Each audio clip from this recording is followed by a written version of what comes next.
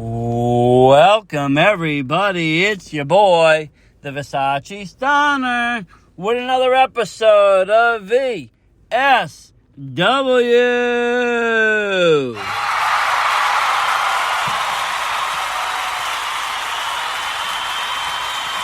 Thank you, everybody. Thank you. It is glad to be back. Let me just say that.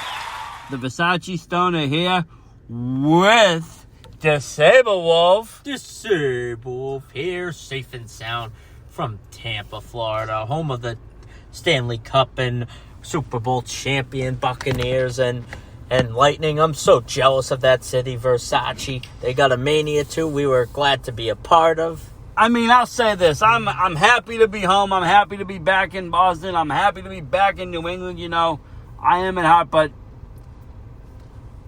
there's something nice about Tampa Bay. We didn't get the best weather. I don't know. I could say I heard there was a delay for the people watching at home. We were delayed there. I don't know what they saw. You know, I think we saw some promos on the screen, this and that.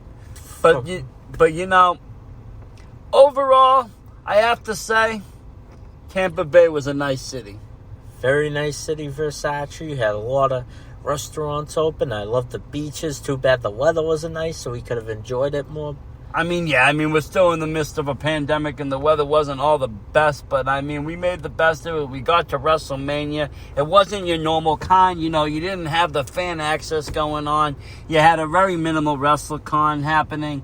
You know, there was some great indie shows. IWTV put on some great shows this week, and we did not get to really go out there much, you know, just because of time. It was just felt like a really rushed, quick weekend, but we were happy to be at night 1 and night 2 of WrestleMania, and that is what we are going to talk about tonight, diving right into the first match that kicked open it.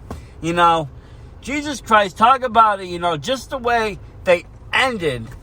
You know, when fans were done, when the pandemic, before it all ended, we ended with, you know, a Drew McIntyre getting a title shot for the championship at WrestleMania against Brock Lesnar. And this exactly is how WWE brought it back.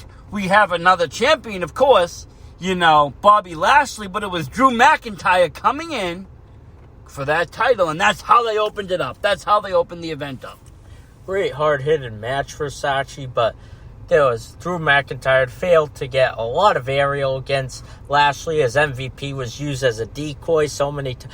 One of my favorite parts was when he jumped from the middle of the ring onto MVP and Lashley, but I really wish he could have executed Claymores. Have 5 more minutes into that match would have been way better. I mean, I'm going to tell you this. I mean, I don't like to shit on product. I never do. Everybody does the best they can do for a show, you know. This has been a very tough year in professional wrestling. It's been a tough year for not just, you know, the promoters, the bookers, but for the talent, you know, the talent's family, just making things work. You know, they all go out and do the best they can do. This match for me felt a little flat for the hype that it should have got to open up Mania. It's because we were fighting the weather for 2 hours, all as fans, going back and forth between our seats, getting blown away and everything. I mean, I was freezing cold by the time we got there. I was wet, you know, but like I said, even that aside, like you said, if the match went a little longer, if we saw some maybe of that, you know, classic WWE action, when we see a couple back and forth finishes, you know, it kind of ended abruptly and, you know, Drew passed out, didn't even tap, just passed out. To the full Nelson. You know, we don't see many submission endings anymore in wrestling. It's kind of not as dominant as it was back in the 80s. But it was the most unpredictable, shocking result of the weekend because there were rumors they wanted to give him his big moment in front of fans. Oh, definitely. But I think the fans were a little bit definitely shocked that Drew, you know, didn't take the gold back. But you know what? In my opinion, WWE made the right decision going full steam with Bobby Lashley. Because you don't want 2 consecutive triple transition champions in a row. That wouldn't have been right. Not at all. And plus, right now, let's face it, Bobby Lashley is smoking hot, you know. You have MVP behind him. He's just really dominating. I really wish they didn't break up Cedric Alexander and Shelton Benjamin from their Hurt Business for Saturday. I know, and that was kind of like, one of the greatest things that was going on in the WWE at the moment. But, everything must come to an end. And, who knows? Maybe they'll be back again later on after the title run is over. Never put, WWE, they get shit on a lot, but they do have some long-term storytelling capabilities. And I feel like we got that with the results of WrestleMania, which we are going to go over one by one. I feel like they did build for the future for the first time in a long time. So. Definitely. Like I said, Bobby Lashley, retaining the title. Great, great victory for him. Was it the best match? Probably not. It was considered one of the best matches of night one, but I'll get into it later. They should have added 5 more minutes to get some back and forth finishers, then have Lashley tap Drew out like that. Exactly. Make Drew look a little bit more stronger. Come on. He carried the company throughout the pandemic. He really did. Between him and then, before the Fiend and Roman, really, there was a clusterfuck on the other side of shit going on. You had Goldberg running in and this and that. Thank God he wasn't but, there. Since Roman has come back and is taking care of SmackDown, really, you're right. Drew was the face of the company. But moving on to the next match, we'll kind of just combine the two. You had that women's tag team turmoil with the Riot Squad, Liv Morgan and Ruby Riott. You had it start off with Carmella and Billie Kay, an awkward tag team. Very awkward. I don't get it. Why break up, the Iconics just to put her with another person in a tag team match? It just really, I don't get it. But whatever. I'm a fan of Carmella. I like Carmella. She was, she's been a good before. I kind of miss Ellsworth. I'm going to say it right now. That was kind of funny. It was hilarious. Hilarious, funny shit happened back then. And, even when she was running with R-Truth. Man with 2 fists has a fighting chance. And speaking of running with R-Truth, did we even see... Sorry, I had to cut off this match. Did we even see a 24/7 title? And you had former 24/7 champion, former Patriots tight at Tampa Bay, Super Bowl winning tight end Rob Gronkowski didn't even make an appearance. Should have faced R-Truth backstage for the title. We didn't have anybody last night. We didn't even have, We didn't have any. We didn't even see R-Truth. But anyway, so back to this women's tag team turmoil match here. So you had that tag team. You had Mandy Rose and Dana Brooke, which had great hair extensions, but Mandy Rose slipping on the entrance, which kind of pulling the tightest, and that was from all that rain. I'm really surprised. Like I said, we're glad. I'm glad that they did it. It's wrestling. The show must go on, but we're from New England. We understand. We've been in football games where we got feet of snow coming down, pouring. I remember the Peyton Manning Tom Brady game when he first went to Denver. I couldn't even feel my phone. It was like an icicle. Oh, yeah. I could definitely see, though, some of the fans in Tampa were not happy. They were not comfortable. They didn't know what to do in this kind of situation. But I'm glad, like I said, I'm glad the show went on. They were able just to, we were able to just take a little time. I do feel like the delay, though, really hurt night one. Oh, it killed the energy. It killed our energy. We just wanted to get going. We were ready to go beforehand. Like I said, we're New England fans. Let the show go on, even if it's storming out. But I understand, it's a hazard for them. It's an outdoor arena. I'm thinking Vince is going to change things for in the future. The next two are outside in domes, but the domes are covered. They have retractable roofs in Dallas and LA. After that, he's going to start to look at bigger indoor venues again, like they used to do. It's a much safer bet. But, okay, back to this tag match. So you have this turmoil match, and this was all to determine who would be the, number one contender and face the tag team champions on night 2. What did you think of this match? I thought it was okay. It explored another woman. There was a huge combo of Billie Kay rolling up a pin and Carmella using her legs on Billie Kay to eliminate one of the tag teams in the beginning. But, I think the Riot Squad really carried the match, even though they were the last team to lose, Liv Morgan and Ruby Riott. I mean, I don't understand what's the big deal about giving them their push. They haven't had nothing. They were the team that should have won this event. Especially how Natalya and Tamina, we'll get into a few minutes, lost the match the next night. What was the point if they weren't going to win it? And I get it. Natalya and Tamina are two, second-generation superstars. They're part of dynasties. They're great wrestling families. But you know what? At the end of the day, that's not what drives this company. What drives this company is good storytelling, good gimmicks, good charisma, and then good wrestling. You also had Lala and Naomi in the match, but they were the first ones eliminated. Naomi's from Tampa. And, exactly. And, Naomi's one of the most, charismatic wrestlers to date right now. Very underrated. Totally underrated. I don't know why she's not on top at some point with the belt around her waist. It makes no sense to me what they do with their talent. You got people like that, that are great, and then you got people that are shoved down our throat that aren't so good. But, this match overall, I think, it was... It wasn't meant to be good, but I like that it was second match. It was on the right placement in the card, for sure. For sure.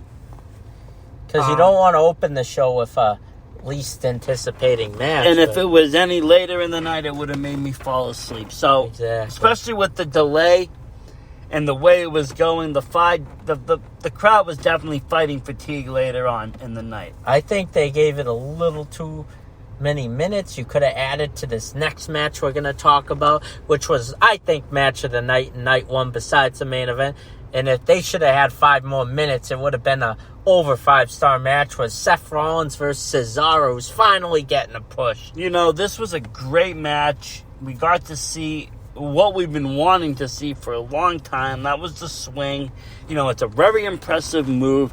If you don't know much about it, though, it's also a very old school move. It's a move that wrestlers used to do in the 60s, 70s, 80s, Olympian style.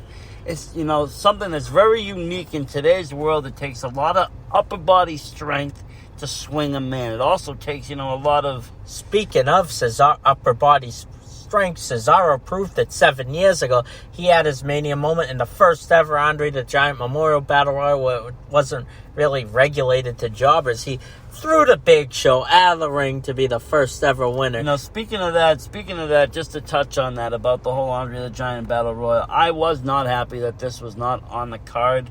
I get it, they didn't want an undercard. That's fine. Make an undercard the second night and give us the Andre the Giant the second night.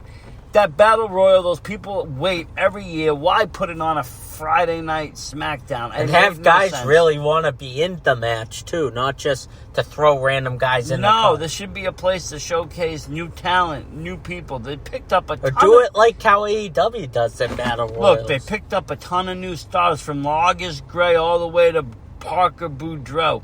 They could have thrown any of these guys in there, even if they lose, even if they get thrown out. Give them a place, give them a spot. They are the future of the Federation. They are the future of wrestling entertainment. This is what it's about. But speaking of the futures, Cesaro is the next. He needs to have a belt around his waist after that match he had with Seth Rollins. I really want Cesaro. I've been saying this for a few years now. How on earth has this guy not been Intercontinental or World Champ yet?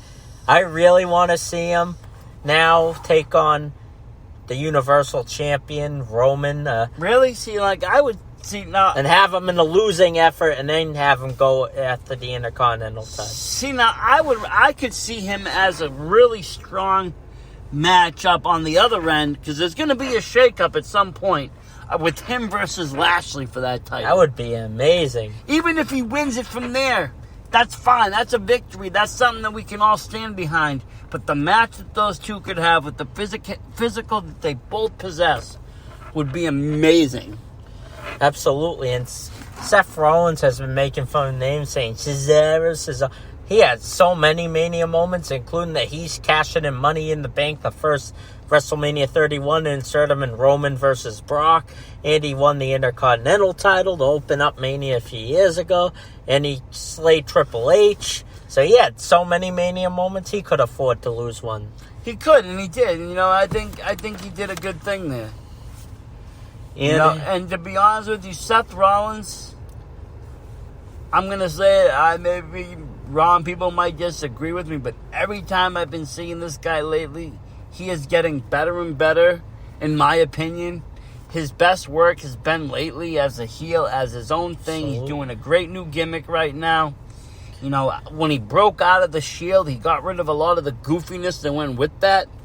Yeah, he kind of got really goofy after he beat Lesnar for the Universal title to open up WrestleMania 35. He's no longer there right now. I think he's a more serious. You can take him more seriously, more dangerous. He has a more of a, something about him is just different that makes me really want to say I can stand behind Seth Rollins. Yeah, Seth Rollins might. I wonder if he's going to turn face, because if he's going to face Roman, they already have done Roman versus Seth as a heel, Roman as a face many times a few years ago. But I think that would be interesting for if he goes after Roman with him as a face turn. I think he could do it the second time around. It might be a very good matchup between those two like that. I always like seeing how things are when the roles are reversed. It gives a different glimpse of what the match is going to be about. I mean, just think of matches in the past. Imagine if we went back in history and in WrestleMania 3, it was actually Andre the Giant who was the face and Hogan was the heel. It would have changed the whole landscape of wrestling, the whole landscape of the match. This is what this is what can happen. It can make the same wrestlers bring a new life to a new match. So, this was all on night one. What else did we have on night one? We had, right after that, Versace, we had a match between AJ Styles and Omos facing the New Day, Kofi and Xavier Woods. And it started right with Big E doing his famous, "Oh, don't you dare be sour. Clap for your famous World Tag Team Champs and feel the power," with Kofi Kingston and Xavier Woods. The Finn versus AJ Styles. I can tell you, that was a great moment with live fans. The fans were definitely cheering it on. And I'm going to tell you a secret, folks at home. I don't know what you all heard, but what we heard is totally different. A lot of noise was piped in. When you think you were hearing cheers, there was a lot of boos. I won't lie, Hogan was booed terribly throughout the whole thing, while Titus was cheered. They pumped in cheers. I'm going to tell you, when this match happened, everybody was cheering for the New Day. They got a huge pop. What I really loved about this match, it took pressure off Omos. They did it great with the whole thing was New Day's strategy was trying not to get AJ to tag Omos in, and it was AJ and Kofi carrying the match with Xavier Woods. It was back and forth. And then when AJ took Omos, New Day sold Omos really well, put him over as the next big thing. I'm going to tell you, I was very impressed with Omos. At first, I was very skeptical. I always am when there's a big guy in the ring, because you never know if it's just going to be another hoss fighter that just is good for throwing somebody around, but really has no talent whatsoever. Look at look who we've had in the past. We've had such stars as, Giant Gonzalez, great huge monster, limited capacity, limited ability. You had the great Khali. Yeah, he's a Hall of Famer, but let's face it, he's a terrible, terrible wrestler. Could barely move in the ring. Could barely move. You don't have. This is what I'm talking about. Omos is a former basketball player at Southern Florida. He could move. And I was very impressed with what he could do. I think him, and with him being as tall as he is, and AJ Styles as being as short as he is as a wrestler, it really made Omos look huge. Like a giant. And I think, AJ and Omos winning it and becoming the champion. And AJ was very goofy, telling Omos to put his foot on Xavier Woods. Exactly. And now with AJ being a Grand Slam champion, it's well-deserved, by the way. Well-deserved. Amazing feat. It just settles him back into the, he's a champion. without making him world champion again, IC champion again. We've seen all that. We've seen that many a times. And you're not building Omos to go for the world title right away like they tend to do with some big... Omos is not ready to go in a singles match, but he's definitely ready to go on the tag circuit and ready to show it. And there's nobody else better to go with than AJ Styles. The tag team in WWE really needs to be evaluated. That they're a good temporary tag team. They carry to at least SummerSlam. So have the team that beats them gets a good rub and carry it. Maybe we see the Street Profits? Maybe Viking Raiders return tonight on Raw. I mean, we got all these tag teams that actually are tag teams, not makeshift teams with just two stars thrown together. Like Otis and Chad Gable. They got rid of all these, great tag teams. Ascension, got rid of them. All these other teams that had Authors names and of Pain, gimmicks. AOP. They had Heavy Machinery. All these teams that were together, they gotten rid of all those, and it's all just thrown together stars. Not the best in my, what I think of tag team wrestling. That's why when I go think of tag team wrestling, I do enjoy the indie scene better. When you got teams like MSP, Competition, the Kids, all these people, that are made teams together. Absolutely. So we're going to move on to what this was the best comedy moment of the night. And it wasn't even supposed to be. That's why it's so fun. So you don't got Undertaker, Cena, Triple H, or Brock Lesnar wrestling, but you got the best in the world. Shane McMahon versus Braun Strowman in a steel cage over just because he called a big giant like Braun stupid. That was Nickelodeon-type build. It is Nickelodeon-type humor, but in this world, let's just face it, calling someone stupid can get you canceled. So be nice, be kind. But yes, if they had a little bit of a childish bullying skit going on, and Braun playing the dummy and the comedian, which he has been in every feud that he's been in the last couple of years, since the KO feud, okay? But yeah, you're right. You have none of these people that, normally make up a WrestleMania, and you got Shane McMahon right there in the spotlight. They made this match bigger than it should have been. They brought in a guest, He had reinforcements with Elias and Jackson Ryder. Exactly. They brought in Jerry the King Lawler to announce it or whatever he was doing. They had a big MMA or boxing fight hype song for it and what was goofy elementary school. The only thing I did like about it was a steel cage. We don't see a lot of steel cages in I don't wrestling think it anymore. happened since Hogan faced Bundy, believe it or Not not. at a WrestleMania, probably not. Or maybe, I'm trying to think when Brett versus his brother, but that might have not have been a WrestleMania at all. They I don't opened think so. one year. They did, but it might not have been a steel cage. That might have been at a SummerSlam.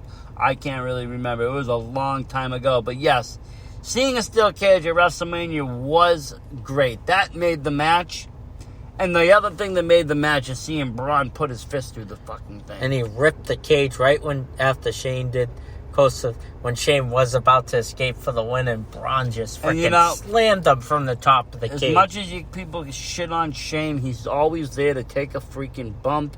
He's not afraid to jump from the top. He's twice the age of some guys. He has great moments when he faced his dad, Vince, at WrestleMania after he was, quote-unquote, KFA owner of WCW. And how about just his matches, he had with AJ Styles, the Undertaker. And the Hell in the Kurt Cell. Angle. When he prayed and he jumped all the way to Undertaker. Again, he sacrificed himself through the glass with Kurt Angle just for the fans. He loves wrestling. He loves to, entertain us. Shane McMahon is an entertainer. He wasn't afraid. He didn't steal the show. He didn't, I was surprised. I thought he was honestly going to take the victory. Like, he did with the Best in the World Championship, but he didn't. He gave Strowman the victory. It was a good victory for Strowman. It was a better match than I thought, that's for sure. It was more entertaining. It got me more awake, when I saw that. Definitely got people awake. Which brings us to our next match, which could have been the best celebrity match of all time in WrestleMania. Is Bad Bunny and Damian Priest, Grammy Latin song rapper Bad Bunny, teaming up with Damian Priest against The Miz and John Morrison. The Miz had a cashed in Money in the Bank with help from the Hurt Business and the Elimination Chamber. Had it for 8 days. But when he feuded with Bad Bunny in the Royal Rumble, they paused it when he was champ, and they continued the feud, and it turned into a tag team match when Priest and Morrison were cleared. And I think it was a good team. It brought Priest up pretty quickly from NXT. Priest is on fire. His theme song's ass-kicking. Oh, boo, Damian Priest? Yeah. But then so isn't Bad Bunny. You got him singing his song, Booker T. Got him drop. Let me just tell you something. Let me tell you something about Booker. Yeah, the entrance was fire too. Let me tell you something about Booker T. But there was a bunch of bunnies in there. Well, that was the Miz playing games. You know him. Miz is full of mind games. He's there to ridicule you. But he was also there to put somebody over, and he did. But he sold a lot of moves. He did. But let me tell you something about Bad Bunny. Okay? This kid has heart. This kid knows what it's about. He was training every single day for this match, working his moves, working what he had to do, learning how to sell. He sold better. His when he did his headbutt, he sold it better than most wrestlers, professional, do. Okay? He knew better to do that. He has been in the gym training every single day. That's for more 4 than months. People do. Okay? Some people take weeks and days off. He's dedicated. It was a great match. Now we hear that he's done. He's going to go on tour. We're getting a tour here in Boston next year. I saw that. I think we should probably check that out. I think it'll be pretty interesting to see him sing. I wouldn't be surprised, It'd be something nice. But yes, I think, he was a very good person, the WWE, to bring in, grab fans. And he worked really hard, too. I heard there were Spanish people who never watched WWE before and now want to watch it because young Spanish people want to watch Bad Bunny. Exactly. And if Bad Bunny can do it, then anybody can do it. You know what? And it gives a lot of inspiration and hope to the Latin nations. Even to people in Puerto Rico, it does. People don't realize that, Puerto Rico's part of the U.S., but they haven't yet hosted a WrestleMania. They haven't yet hosted any major events. Why is this? We have these superstars now. Now you got a real bunch of Puerto Rican superstars. You got not only the NXT champion, Cross, representing, you also have, Damian Priest, Bad Bunny. Before back in the day, all you had was who? Like Savio Vega and stuff. Jokes. Today you have real superstars. Give Puerto Rico their due. Give them a WrestleMania. Or give them at least a big Raw or something. SummerSlam, something. Here's the thing, what really elevated this match started off a little slow, but then once Damian Priest got tagged in, when he hit Miz over the top rope, that's when Bad Bunny really got electrifying. When he jumped over the top rope onto Miz and Morrison. Oh, yeah. Definitely. It was just unbelievable. And I love the double finisher to end the match when Bad Bunny and Damian Priest did the electric chair drop on Miz and Morrison. Right when Miz was hitting Damian Priest with the skull crushing finale, I was impressed how fast Bad Bunny, after taking a huge bump, broke up the pin right before then. Oh, yeah, for sure. And like I said, it was a better match than I thought it was going to be. Celebrity matches can be 50-50. Sometimes they're really terrible. Sometimes they're really good. This one was really good. It worked. It made Mania better. I'm happy I was there to witness it. Me too, but I know people may disagree with me, but when they delayed the show, they should have switched it. They should have had that opening because the entrances would have got the fans moving, and that Lashley and McIntyre should have been second to last with the delay, because I think this would have been kick-ass opening. It would have. After the delay, there was definitely an energy shift, and that first match didn't have enough energy to really get us going. It slowed us down for the whole night. For night one, we were all cold fighting the rain at the beginning. We were taken out, but I feel like the Bad Bunny entrance with the roller truck, with the moving truck, really, that would have really opened things up and got the crowd going. Yes, and I love Damian Priest's flames lighting up that pirate ship too. It did. And speaking of pirate ship, I have to go back and just say they did an amazing job with the set. If you look everywhere around, they set up the stadium. Pretty amazing. They spent a lot of money on fireworks. We got a lot of pyro. We got a lot of stuff they really put out for us, as fans, to try to give us, the best WrestleMania as they could.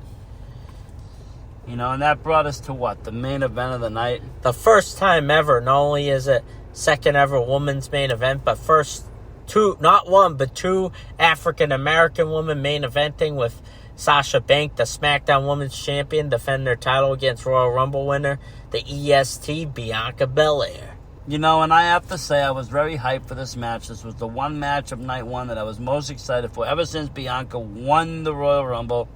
You know, and I saw these two going at it. I knew their chemistry would be something special. They both have the attitude. They both have the, you know, the charisma. Charisma. They both have it. And, you know, there really is no fan favorite in this. Yes, there is a heel and a face, but fans are fans, and they like them both. And this feud was great. And, you know, you could see the passion in Bianca Belair's face. Even from where we were fucking sitting. They were so emotional because it was a big moment in WrestleMania history. Eyes. You know, from where we were sitting. The passion. And it was just it was intense, you know. I was getting even emotional. Yes, Bianca Belair is the new women's champion. And she had to use two finishers on Sasha Banks to do that with the 450 splash. But what a match they gave. It really, you know, solidified night one as being a WrestleMania. And she kicked out of the Bank statement with her hair being pulled at the same time. How amazing was that? I mean, it was very amazing. I'm going to say a lot of the times if you weren't watching and you didn't look at the signs, you would think you're not at a WrestleMania. This was one of those times you knew you were at WrestleMania. This was definitely a WrestleMania caliber style match. And these two women gave it everything that they have, plus more for us. You know, Sasha Banks in the end, you know, putting over the future of the women's wrestling, Bianca Belair. And this is like, I believe, you know, one of the greatest things in WWE right now, because not a lot of times do we see the new talent get put over. Especially in the women's division. Look how long it took for Asuka to get over. It took almost forever. Absolutely, because outside the four horsewomen and Ronda Rousey, there hasn't really been any woman to draw. No, I mean, there hasn't been. And the only thing I can say about, speaking of, you know, these people you were talking about, is night one, is everybody, I think, was expecting, you know, the return of Becky Lynch.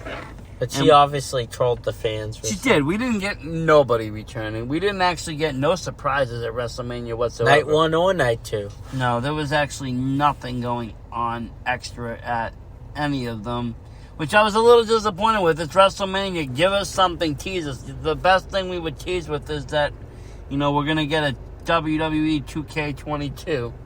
That was, I think, the best teasing thing. That's pretty sad, especially how flat 2K20 was. Yeah, I'm not even really interested in that. I was more interested in that that indie game that's going to be coming out soon. It's going to have like August Gray and all the rest of the guys. You know, it's going to be a good thing for game. But like I said, this match made WrestleMania for night one. Kudos again to Bianca Belair, the new women's champion. You know, she gave it her all. Like I said, you could see the emotion in her. This meant a lot to her. And that means a lot to us as fans when it means something to the wrestlers. It means a lot for young females, too. It does. But we're just about out of time now with night one. We're going to go right into night two right after this. And just, you know, recap night two very quickly. And talk about, you know, what we thought about Mania and so forth. I thank you, everybody, for listening to our Night 1 recap of WrestleMania 37. It is your host, Versace Stoner. And this is Wolf, signing out. Have a good night.